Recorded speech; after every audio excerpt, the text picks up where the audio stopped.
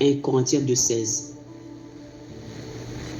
Car qui a connu la pensée du Seigneur pour l'instruire? Or, nous avons la pensée de Christ. Donc, puisque nous avons la pensée de Christ, donc nous savons comment être sauvés. D'ailleurs, la Bible n'a pas caché le secret de la vie éternelle. Parce que ce secret n'est pas révélé au monde. Ce secret n'est pas révélé à la foule, mais ce secret est révélé à l'Église. Ce secret est révélé aux prédestinés.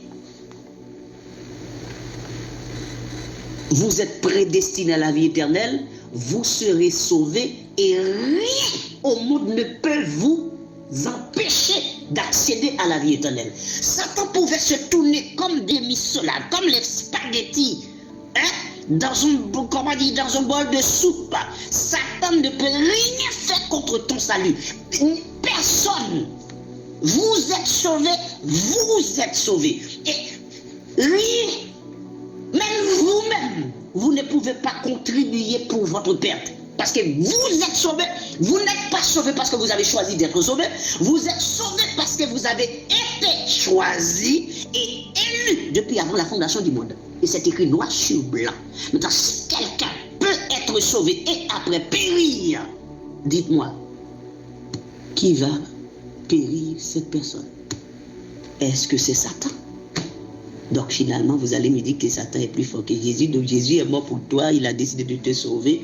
Mais sauf que Satan est venu, Satan a dit non, Jésus, Dieu va sauver lui là, non, on va se battre. Et finalement, Satan a gagné et toi, tu perds ta vie. Jésus n'a pas pu y arriver, te sauver. Ouais, Jésus a dit, mon fils, je suis désolé, je n'ai pas pu te sauver. Je voulais bien te sauver, mais malheureusement, il m'a pu te sauver. Donc, depuis avant la chute de Satan, je dirais même depuis avant l'existence de ce dernier, j'ai été élu. Et aujourd'hui, on va me dire que ce monsieur-là peut me pousser à perdre ma vie. Ah bon? Jamais. C'est la raison pour laquelle je vous ai dit, si vous êtes élu, vous pouvez le savoir vous-même. Parce que vous allez faire cette analyse, cet examen sur votre vie. Comme dit le texte de Corinthiens 13:5, examinez-vous vous-même pour savoir si vous êtes dans la foi. Réprouvez-vous vous-même. Ne reconnaissez-vous pas que Jésus-Christ est en vous, à moins peut-être que vous ne soyez réprouvés. Et ce n'est pas celui de Corinthiens 18, et ce n'est pas celui qui se recommande lui-même qui est à vous, mais c'est celui que Dieu recommande. Mais est-ce que Dieu t'a recommandé? Et si Dieu t'a recommandé, tu le sauras. Si tu es élu, tu le sauras, tu le sais. Parce que tu n'auras pas le contrôle. Même quand tu veux faire ce que tu veux, tu auras toujours quelque chose qui te bloque. Et qui te dira toujours, est-ce que tu as oublié que tu es élu? Est-ce que tu as oublié que tu es un enfant de Dieu? Qu'est-ce que tu fais là? C'est pas ta place. Qu'est-ce que tu fais là? Tu n'as pas honte. Et le jour où tu prends la décision de vivre droit devant Dieu, de marcher dans la droiture, ce jour-là, tu me diras la différence. C'est que tu verras la vie d'une autre manière. Tu verras la vie claire, limpide, cristallisée. Et tu verras le chemin tout droit, tout tracé. Rien ne sera une barrière. Parce que tu es dans la droiture. Ce jour-là, ta vie sera belle. Tout se passe bien.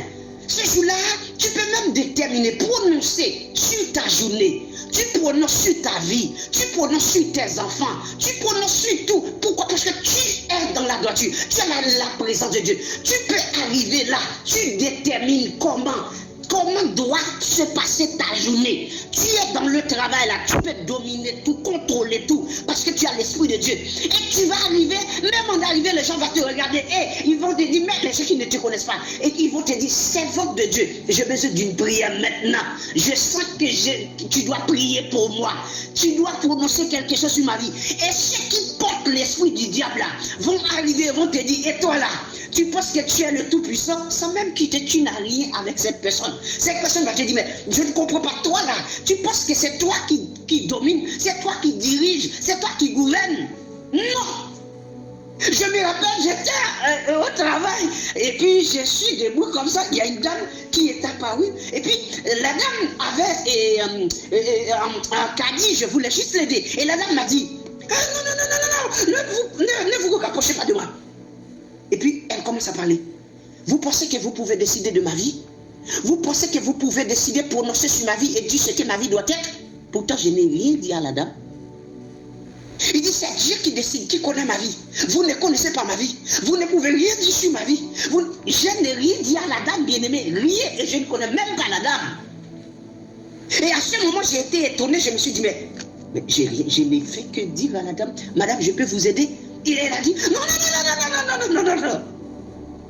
Et à ce moment-là, j'ai compris une chose. J'ai compris que j'étais le miroir dans lequel elle se voyait elle-même. J'étais le miroir dans lequel elle pouvait se voir, c'est-à-dire sa vraie nature. Mais en réalité, je n'étais pas le miroir, mais l'Esprit de Dieu en moi était ce miroir-là. Lorsque vous portez l'Esprit de Dieu, bien-aimé, vous êtes puissant, vous êtes fort, vous êtes riche, vous êtes indomptable, vous n'avez pas de limite, tout est prêt. Toute porte est ouverte, vous êtes sécurisés et tous viendront prosterner devant toi. Quand Jésus prosterne, ça dit les ennemis, ils reconnaîtront que tu es l'enfant de Dieu, c'est l'homme de Dieu, c'est la servante de Dieu. Il a dit, mais je ne peux pas comprendre, mais toi là, tu as quelque chose de spécial. J'ai vu une lumière en toi, juste parce que l'Esprit de Dieu est là.